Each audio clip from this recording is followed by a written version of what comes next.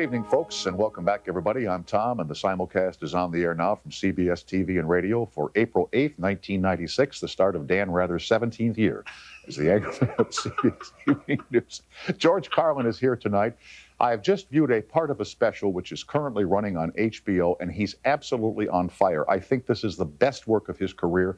He'll join us here shortly, and a bit later, my friend Dennis Prager of radio fame here in Los Angeles, one of the great thinkers and great essayists of our time, who also has a sense of humor. It is finally over. The last egg has been colored. The last bunny has been shorn of every bit of fur, and it's done now until Mother's Day. Man, and this year, of course, Mother's Day will be especially good because it's my birthday and Mother's Day on the same day. Yeah. Mother has a son and he turns 60. What a great day that's going to be in my life, you know? Just get me a double-barrel shotgun, one for each side of my mouth. Jeez, what a good time. Put 60 candles on the cake and watch how I blow them out in ways you've never seen before. Anyway, Mother Snyder made an amazing discovery at dinner last night called Kahlua and Cream. It was Katie bar the door getting her back home. She said, man, this has really got a kick to it. I said, tell me about it. 3, wow, holy man. And of course, just to make the day perfect, yesterday was the start of daylight savings time. Why is it that we have to have 2 different times in the course of a year? Why can't we just pick the one time? Whether it's the daylight saving time, the standard time, the hold me down time, the lift me up time, the fly me time, the train me time, the leave me alone time, and make that the time that we all march to? Why do we have to have 16 different times in this country every year where you spring ahead and fall back and jump on your sister? It's making me crazy. I can't take it anymore. I'm up this morning like this at 6 o'clock, you know, with the birds. And I can't go to sleep. I can't, the coffee isn't ready. And then at 9 o'clock, I've got to listen to Kathy Lee tell me about Cody and Cassidy's Easter. It's been a very long day. And we wanted to go to a restaurant, so Frank called 64 in Greenwich, and they were just able to make a table for us by the fireplace. Wasn't that sweet? All because of daylight savings time. And then, of course, I'm reminded, remember I told you the poem here some time ago? The golden years are here at last. I cannot see, I cannot pee. I cannot chew, I cannot screw. My memory shrinks, my hearing stinks. No sense of smell. I look like hell. The golden years have come at last. The golden years can kiss my, you can fill it in. And a lot of folks ask me, you know, when you do this stuff, like I just did, do the viewers get it? This came in from the viewers. They get it. They get it big time.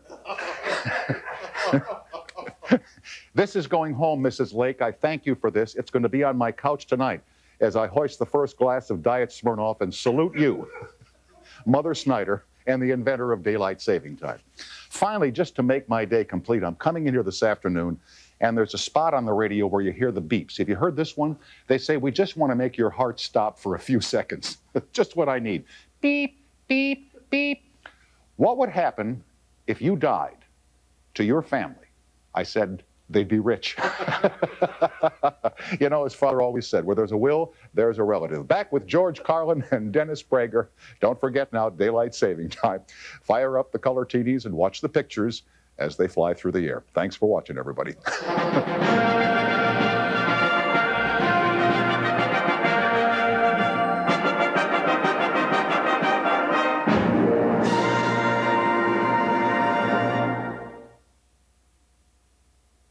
George Carlin has been a comedy star around the world since the 1960s.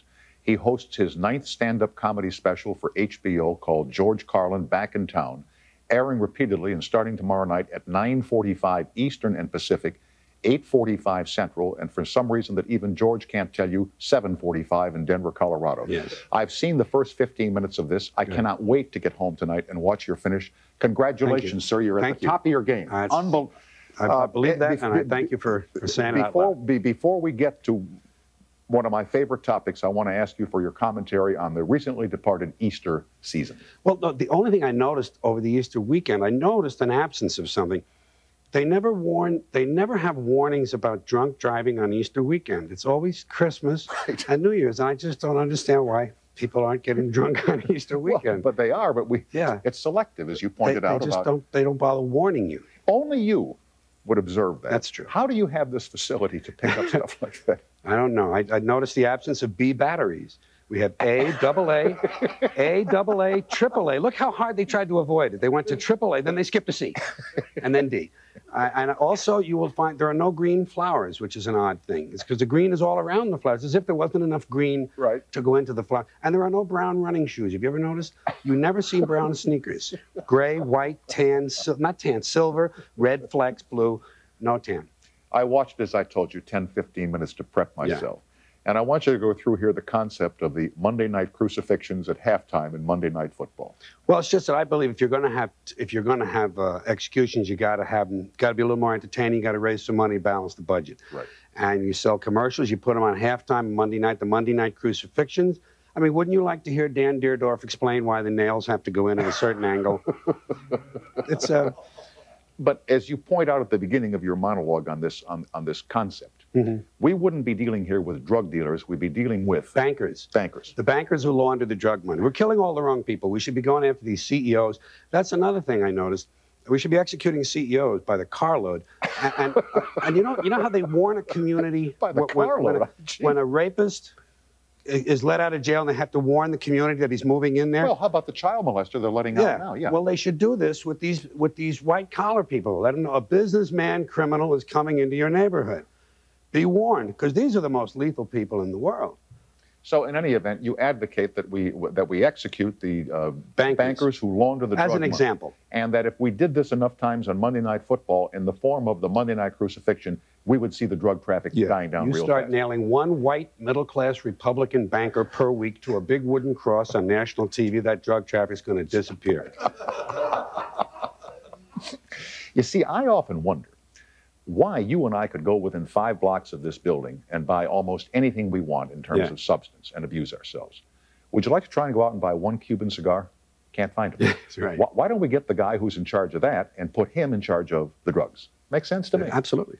Anyway, the Beacon Street Theater, which is the venue for this... well, the Beacon Theater. Beacon Theater, which is the venue for this HBO special, is almost your old neighborhood, isn't it? Yes, it's about 2 miles south on Broadway from where I grew up in the 120s. I grew up on 121st Street, hung around on 23rd. Right.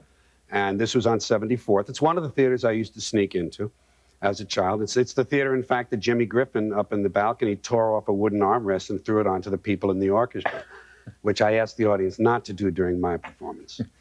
It was a great old theater, one of those old vaudeville come movie come rock and roll venues. And did you go around the neighborhood while you were there, visiting old haunts? Well, I always do that anyway. I'm very attached and connected to my own childhood and past, and in a wonderful neighborhood, because it was a neighborhood on the seam between Harlem and Columbia University, Grant's Tomb, St. John the Divine, Riverside Church, Barnard College, Teachers College, Juilliard School of Music. We had this incredible institutional, educational neighborhood on one side, and then down the hill toward the road to hell, we had the tougher side. You had the little Irish enclave, and we had Cuban and Puerto Rican and black, and the mixture, the seam between them is always wonderful, because the people in the middle of a segregated area, they have attitudes. The people in the middle of the white area, the people in the middle of the black area have attitudes they can tolerate. They can entertain certain attitudes. But when you live on the border, you have to develop a second attitude that includes both sides. Right. And that was what was always interesting to me. And did you have early aspirations to be in showbiz? Oh, yes. No, I was a funny kid. I mean, I was a mimic. Really? My mother would... I never would have guessed. My mother... I was imitating Mae West when I was 5 years old, and I had never seen her. Really? My mother showed me... that you would choose to imitate Mae West rather than W.C. Fields. Well, my father, if he had been around, unfortunately, he was asked to leave when I was very young. He didn't metabolize ethanol very successfully. We discussed that the last time you were And he here. was asked, "There's your hat, Pat. We'll see you." Yeah. So he would have recommended W.C. Fields, but my mother taught me Mae West. You know, come up and see me sometime, however. There's that a pipe in your pocket. But I was also able to do Johnny the Philip Morris Midget, Call for Philip Morris, and the priest in our parish who had been gassed in the First World War and had a very peculiar cough, Father Ford. He was always clearing his throat. And these were the impressions that somehow I got by with this stuff until I was 10. But I was on the stoop all the time entertaining. I could imitate all the people in the neighborhood, the shop owners, the parents of other kids, the No, cops, you told us the the teachers. last time you were here, but did you sneak into the Beacon and other theaters to see Yeah. the pictures? Yeah, we used to And the sneak. live shows, they used to have live show A little farther down Broadway, the Capitol Theater, the Strand Right. had live shows in the Paramount. And exit 26 was the way you got into the Strand. That was a big door on the side of the orchestra. And of course, when you open the door in the daytime, light comes in the movie theater, so everybody has to run in a different direction because the slogan was they can only catch one of us, which was usually true. And would you want autographs from the people that did the live shows? Were you an autograph collector? Yeah, I was an autograph kid. I would hang around the stage door. I knew the schedules. But I wound up with people like Durwood Kirby. I had the oddest autograph collection. I had Poopy Campo, Harvey Stone, and Durwood Kirby, and other guys were getting like Babe Ruth. And what did Kirby do? Because Durwood Kirby was the announcer for the Gary Moore Show on television. That's right. Everybody knows him from that. Well, he did some Broadway acting too following this was his CBS radio show at 52nd Street over at Madison Avenue, where he had the Durwood Kirby Show. Hey, big, you know, didn't last a long time, but it was makes no difference. It got on the air. Got on the air. And were there autographs like that you didn't get where you tried and somebody? Danny Kaye, he was my idol. Do you want to hear a sad story? Yeah. He was my idol. I loved him. I went to the movies and I used to write letters to Sylvia Fine. I didn't know it was his wife, but she had her name on those songs. And I'd say, send me a copy of that. I can learn. I can do that. And I looked at him and I thought, I can do that. That verbal facility was so attractive, and then the accents he could do. And I just wanted to be like him. And he came to the Roxy or Radio City. I forget which of the two theaters. And I knew the schedule, and I waited for him at the side door. And like, were you a respectful kid? You didn't. Oh, yes. Yeah, okay. No, and I was the only person waiting that day. It was a rainy day. I wasn't in the rain itself, but it was raining a few feet from where I was standing. It was cold. And I waited for him for about an hour. And he came in by taxi, came out of the cab, and just walked past me. He says, I don't sign autographs. I don't sign autographs? No. And then later he became famous for being nice to children on UNICEF. And I never trusted that. I told him, if he won't give me an autograph, I'm standing there alone. What's he going to India and putting kids on his lap for? Yeah. You know. Well, lap is one thing, autograph is another. Yeah.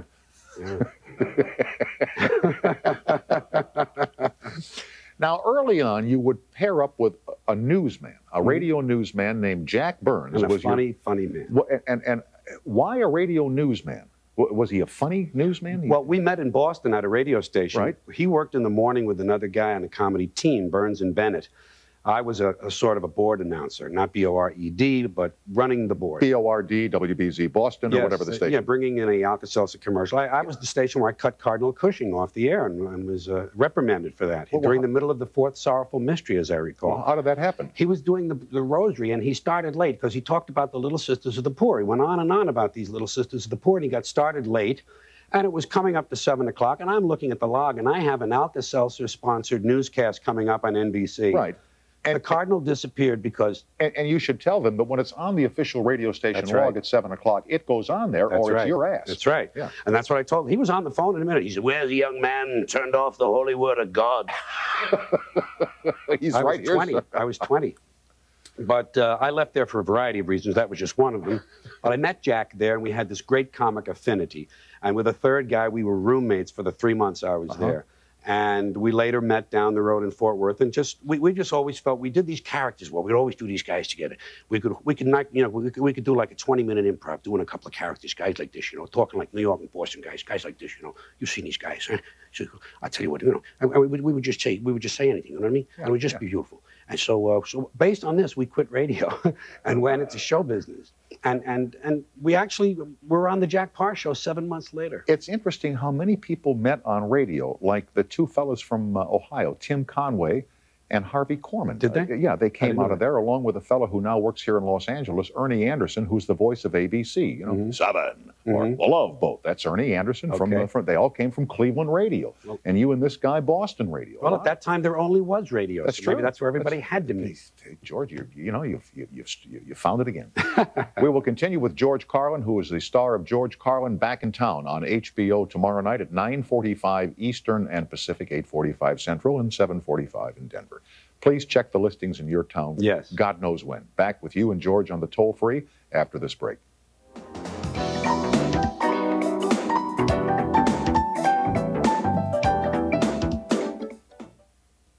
George Carlin here in the studio. Here's Sean on the toll-free in Pittsburgh. Hi, Sean. Welcome to CBS. Hey, Tom. How you doing? I'm fine. Happy Easter, Sean. Well, happy Easter to Thank you. you. Before I say anything else, I just got to say this for all the people in Pittsburgh. I guess they'll understand this.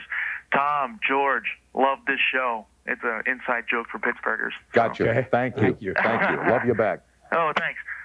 George, I just got one question to ask you. Sure.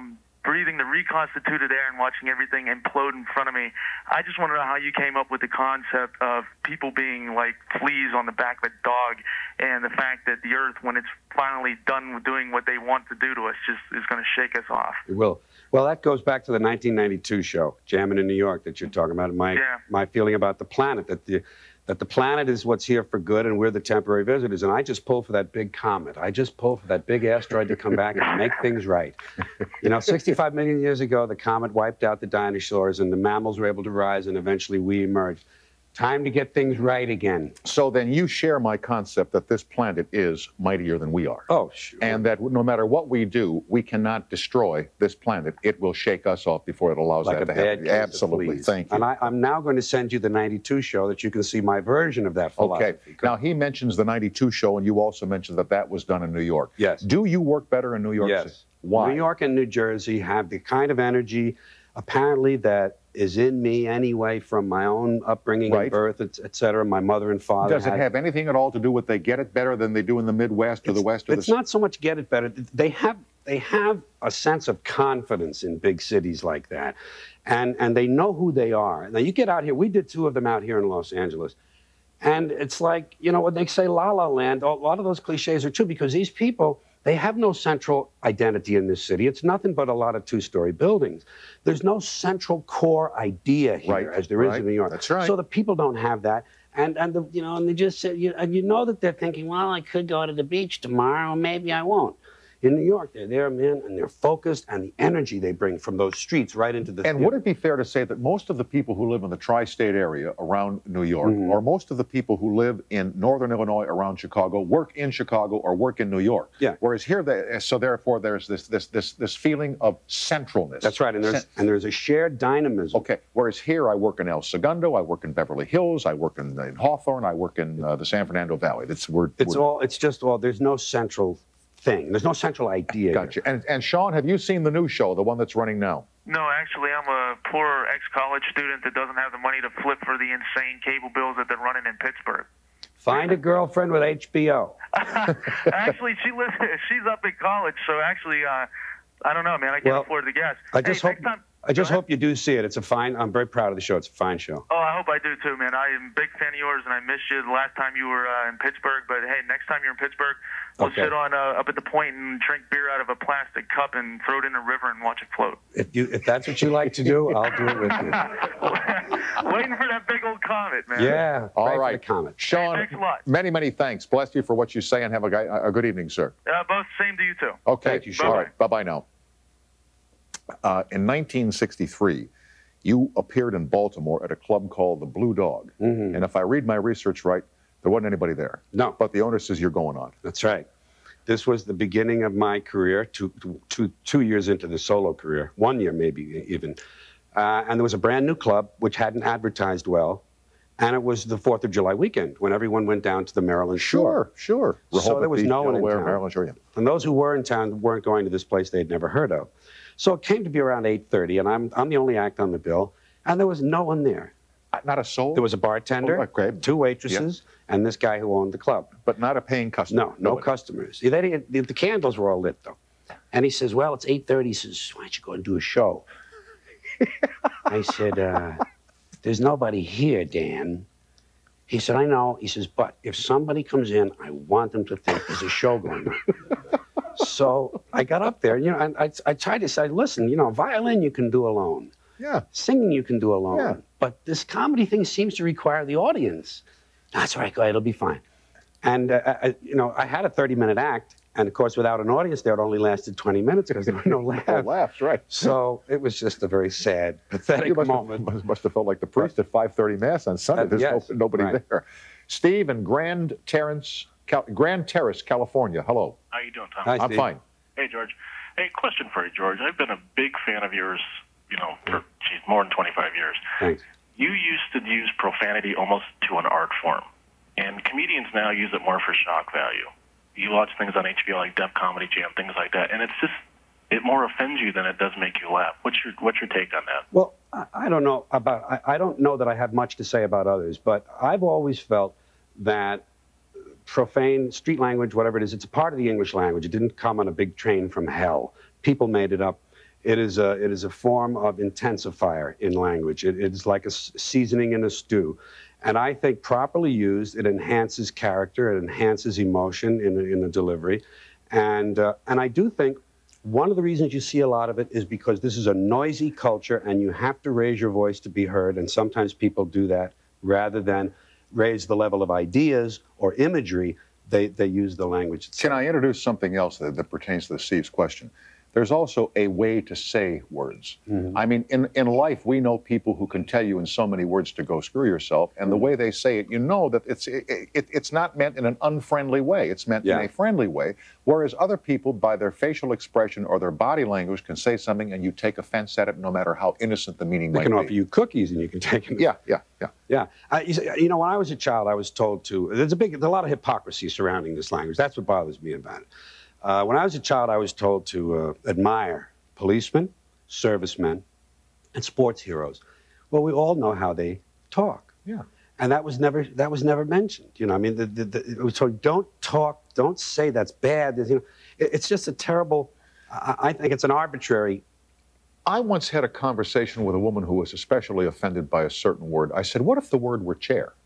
I mean, you know, we select the words that are profane or obscene because of meanings that we attach to them. But if we selected words like desk or chair or car or what's going on? Is somebody trying to break in the building? So. Oh, well, let them in, please. Tell them we have money.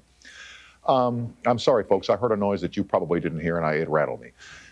What is going on? Would you go and see who's back there, please? An ardent fan. Yeah, please. Keep the ardent fans at home watching their set. But in any event, language. Well, you can use words. See, you can talk about the thing itself. You can talk about a part of the body if you say certain words. If you say his member, yes, his penis, in certain contexts, you can say. You can prick your finger. I can prick my finger. Yes, you can. But I can't turn that phrase around. No, you can't. I can't you can, finger. You can, but we'll take it out. Yeah. I mean, the word. But so in some cases, it's only the word. In other cases, it's the image the word stands for. In other cases, it's not just that, it's the level of discourse. If it's considered gutter talk and it's being done by a low-class person, then he can't say that, but someone who has several degrees can say it in another way. True. It's just more of the hypocrisy that comes out of religious superstition. Steve, I'm glad you called. Thanks for joining our program. Hey, thanks a lot, Tom. My pleasure. Steve, thank you. And I apologize to you at home, but we did have a distraction here in the studio. Yes.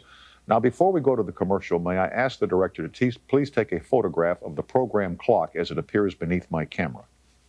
And I will ask the question as we take the picture of the program clock, who set it? Does it look wrong to anybody here? Or am I the only one who notices? Did Dave's show leave the air? Was Dave preempted tonight? Or is the clock incorrect? You are correct, sir. Fine. During the break, we will correct the clock, and I will correct my attitude. We'll be right back after these messages.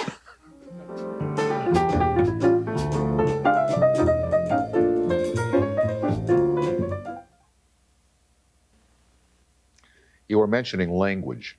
You had an incident at the Frontier Hotel, if my memory is correct, in Las Vegas, 1968, 1969, where you used the word ass on the stage. Right. You were suspended or fired? I was suspended for that word. I said a thing about, because anatomically, I don't have much of a buttock. Mm-hmm. So when I was a kid, the black guys used to notice that, because Africans have a more pronounced buttock as a general rule. You're not saying that they're deformed in any way, that there's anything wrong with them. I'm saying I'm deformed. Right, exactly. I'm going out of my way to take the weight. Okay. But and black guys would say, hey, man, where your ass at? George ain't got no ass, you know. So I was pointing this out to the audience. But unfortunately, this was a golfer get-together. This was like the Howard Hughes Open or Classic or whatever they call it. It was all drunk men. Yeah. And their wives. And so someone took offense to that, and I was suspended. Somebody in the audience took offense? Yes. Have you ever heard the way guys play golf, what they say out there? Sure. Yeah. I mean, you know, this is all part of what we're saying. Standard, you know, there's no coherent system of thought concerning this. Only a standard of hypocrisy that runs. It seems like that's in the middle of. So anyway, they suspended. They suspended me for that. The following year, I used a 4-letter word beginning with S and ending with T, and it wasn't snot. We got you. I used that. Was there an H in the word? Yes. Thank you. And I said, I don't say that. I'll smoke a little of it, but I won't say it. And I was fired for that. That was that. Fired? Fired, because the contract was up then. The earlier year, I had a year to go, so they only suspended me from the engagement. The second time, they fired me, and that's what changed my career and changed my life, because I decided, well, I'm definitely, I mean, I knew this underneath for a year or two anyway. I'm in the wrong place. I'm entertaining the wrong people. Right, you're different. Yeah, I'm acting like a mainstream yutz when I really have always been an outlaw since I was a kid. Alternative, right. I was always a kid who quit things and got kicked out of things and couldn't live with rules and regulations and this arbitrary stuff they put on you. I knew that discipline should come from the inside, not from the outside. And they were trying to give me this discipline from the outside, and I resisted that. And I said to myself, I have to go my own way with this. And that's when my career really exploded, really took off. Now, you mentioned in describing your rear end as compared to that of the African American. Do you think we have had to become too careful in this country? That we have become too sensitive? Well, they say that. I don't personally engage in it. I mean, I don't take that care. I understand that, but oh, sure. My friend Dennis Miller would say, folks, I don't care what minority you belong to. We are all in some way a minority, and there's something inherently funny in what all of us do as members of minority groups. I don't like orthodoxy of the left any more than I like orthodoxy of the right. The right-wing Christians are trying to control your behavior. They're trying to control the behavior of other people. The left-wing academics are trying to control the language and behavior of people. I don't like anyone trying to control and dictate to me from an orthodox standpoint. I just don't think it's what I need to be whole. When I hear you talk about, as you do in this special on HBO running tomorrow night, abortion, capital punishment, religion, sanctity of life. I'm wondering if you're angry, are you on the verge of losing your temper, or you're shaking your head? No, it's not that. It's a contempt. I really think this species is a foolish, failed species that has organized itself poorly. And I think this culture in particular leads the way. I think we have put property ahead of people. We have put competition ahead of cooperation. And I don't think the balance can ever be brought back into line. Really? Never. So my attitude is one of, I look at this species with pity and wonder, a combination of wonder and pity. Can't believe that they do these things. And I really feel sorry for them, but I don't identify with them. Abraham Maslow said, the really successfully actualized, self-actualized person does not identify with the local group. I don't identify with this country, with these religions, with this species. I really feel like one of the carbon atoms, you know, and just watching the whole thing. Really? From out at we know where the Oort cloud is. The Oort cloud is where the comets gather outside the orbit of Pluto. And that's a safe vantage point. And I think artistically, it's the safest place because I don't have an emotional stake. See, you mentioned Dennis Miller. I see his comedy. It sounds like he has a stake in the outcome. Like emotionally, he has an investment in this thing working out well. I don't. I've divorced myself from it. So I'm much freer in my comedy, I think, to say the things I need to say because I don't feel it's going to work. Do you ever wonder if you're going to heaven or hell, or are you also way beyond that? I don't think there's any, you know, I can give you a better reason to believe in the sun god than in this God I've been presented with in this country. You see the sun every day. There it is. It rises. Look, it's faithful. There it goes down. It heats me, it warms me, it raises the crops. I have more reasons to worship it than this guy. Got a man in the sky who's judging where I put my hands? I just can't believe that. I don't think that God is judging where we put our hands or whether or not we had a ham sandwich on Friday as Catholic kids, but I think that there are too many people like John Cardinal O'Connor who say, I talked to God today and God says. Sure. I think that's the problem. Yeah, these mediators for God. Yeah. You know, I just, as far as an afterlife is concerned, there's no proof of anything like that. I'll be interested in finding out. I have an open mind on that. But I think I have a little more proof of UFOs. Accepting this whole God thing as presented, huh? I have about as much faith in that story as I do in the UFO stories. Maybe a little more in the UFOs. Keep going, George, and thanks for joining us tonight. I'll send you the 92 show. Please send me the 92, but just keep going. You're getting better with age, kid. Thank you. George Carlin back in town, HBO tomorrow night, 9:45 Eastern Time. Work backward across the country, and the math will reveal itself to you. Next, Dennis Prager and some thoughts on America, the world, the future, today, yesterday, and tomorrow. I have no idea what it is. It all works for me. Now these messages.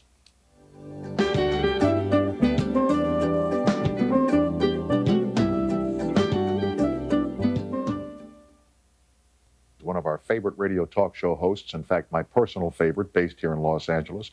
We love to have him drop by every so often for a reality check. His book is called Think a Second Time. It's still in the bookstores. Welcome back, my friend, and thanks for joining us. Thank you. Let me ask you here, because you are a man that I'm told that is educated to be that close to being rabbinical, correct? That's right. All right. And I've heard you talk often on the radio about your concept of the deity of God and how he relates to us as his children. What about what Carlin said and what I said about these people who claim that they talk to God more often than we do, and that God tells them how we should behave and what's right and wrong for us? Well, the truth of the matter is, it's not my cup of tea, but if nobody ever had any revelation from God, we wouldn't know thou shalt not murder. Of course. So it's like everything else. For the great handful, you have to tolerate the nonsense of much nonsense. Okay, let me ask you a question. You know, I grew up a Catholic kid, you grew up a Jewish kid, right? Right. When we were little kids, we couldn't figure out why if you had a hamburger on Friday, you went to hell the same as Adolf Hitler. We said, you know, how could God, make hamburger and killing millions of people the same thing to be punished for? I will now... Was there anything in Judaism where you kids said... Absolutely, okay. Absolutely. And boy, you don't know what you've just hit, and because this was so important to me. Track, wall, gone. Are you ready? Yeah. Here I had this very religious upbringing, and I was engaging in what is called premarital sex. Yes, sir. And I took my religion seriously, even at that time. Yes, sir. And I said, Dennis, what's going on here? And then something hit me. There is a major difference between the holy and the moral. And religion has blurred that distinction. Premarital sex is unholy, but if the two people agree to it, it's not immoral. And that's why, why was it that we were so concerned about a hamburger on Friday? Where did we miss the boat? I'll tell you. I mean, here you're with some chick in the back seat of a car, and we're worried about going to McDonald's for a Big Mac. Yes. Man, did we not have our eye on the big picture or what? I tell you, no, why do you call us goyim for crying out loud? Jeez, how dumb can we get? Oh, my God. If you're going to sin, the hell with a hamburger. I mean, my God, this is, that is nothing. There is no, the joy is not comparable. Okay.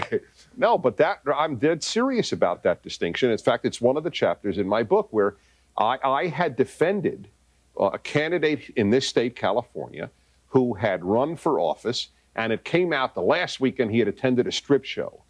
And so Bruce Hershenson. That's right. Yeah. And he's a beautiful human, and I'm quite close with him. And somebody wrote to me, a devout Christian wrote to me, Dennis, you came out for him, you vouched for his character, and now it comes out that he went to a strip show. How could you vouch for his character? And I said, what does one have to do with the other? He's one of the most honorable human beings in the world. Is a strip show holy? No. Is it unethical? No. And there's a difference between ethics and holiness. If my rabbi were found at a strip show, that would be different. But he wasn't running for rabbi. He was running for senator. No, this is a very important distinction. Americans are electing leaders because they're so secular. Their new religious leadership is politicians. I expect nothing holy from politicians. Right. Nothing. Right. Okay. Bye. That's like, that was it. Yeah. Now, you weren't on the air today because the Dodger ball game was on the air on KABC Radio, which ends tomorrow. Not that I don't appreciate the Dodgers, but they should play at nights a week. And here you when I'm driving around town in the afternoon trying to find normalcy in Los Angeles. Yes. Marlon Brando opened his big mouth on Larry King Live the other night. Yeah. What was going through his mind when he started talking about the Jews and how they control the... here we go again. I don't know what was going on in his mind, but that always cracks me up, the Jews control Hollywood thing. You notice something, you never have the comment, and you know what else? Jews control cures for illnesses. I mean, Really? I mean, why wouldn't somebody say that? I mean, the disproportion. Is that a fact? Well, no, of course it's not a fact, but the disproportion of Jews in medical research is as great as the disproportion in Hollywood. Gotcha. But you never get that Right. line. So oh boy, those Jews, they just run polio cures. You don't get that. It's always the negative. And it's so funny. Yeah. So to me, Or bank, they control all the money. Yeah, right, exactly, Yeah. right. I figured it out. How many people, seriously, I'm going to ask you a question. How many people run Hollywood? Give me a number. 1,000. 1,000. That's exactly what okay. There are 6 million Jews in America. 1,000, let's say, Jews are in Hollywood. And certainly not all the people who run Hollywood are Jewish. Let's just even say 1,000 of the 2,000 are Jewish, okay? Okay. That is 1 out of every 6,000 Jews. So to say the Jews run Hollywood, 5,999 Jews are going, me? Me? You mean Rabinowitz, who has the pickle store? He really runs Hollywood? I didn't know that. But let me ask you a question. What would you say the Jewish population of Los Angeles is? 3%? Yeah, percent, I don't know, but it's 500,000. 500,000 people. Yeah. Out of what, 13 million, 14 million? Right. How come on Yom Kippur... Right, there's no traffic. I don't understand that either. It is a great at least riddle. Christmas, we're in the majority, I was once on a. Wait, let me do a fast break. Don't lose the point, okay? No traffic, no okay? problem. We'll be right back with Dennis Prager. The book is called Think a Second Time, and we all should. We'll be right back after these messages.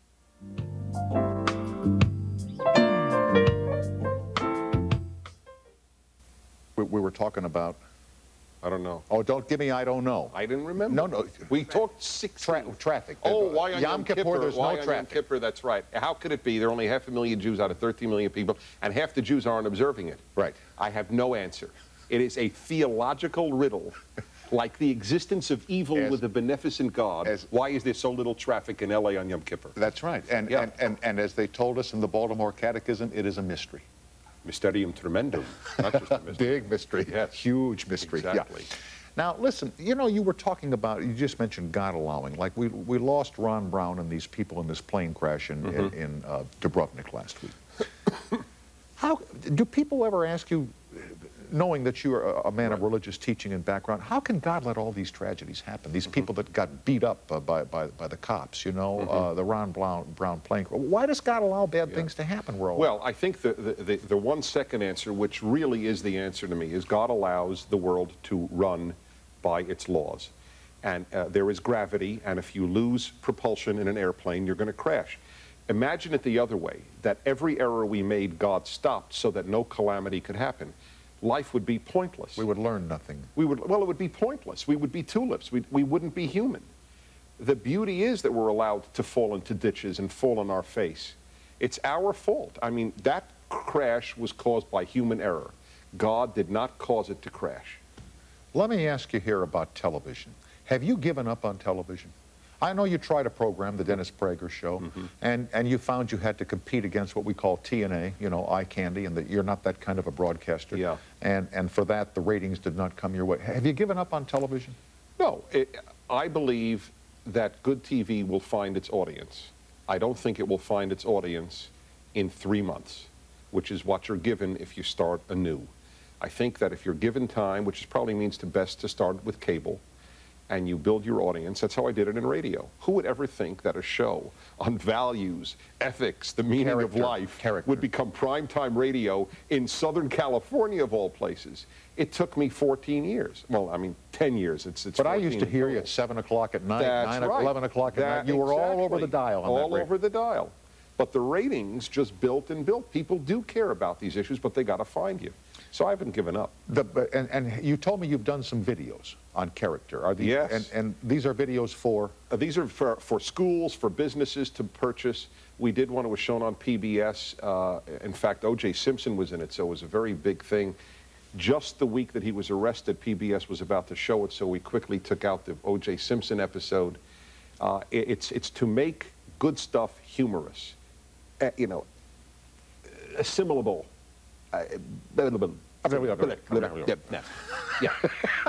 Yeah. Okay. All right, you're coming back soon, I promise.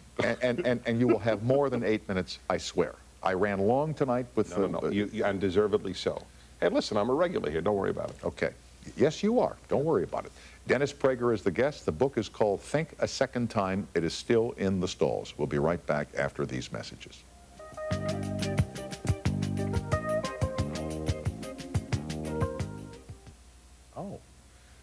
Tomorrow night, Mayor Winningham is here, and Tom Bodette stay with Steve Mason and I on the Late Late, and with me, 800-890-9990.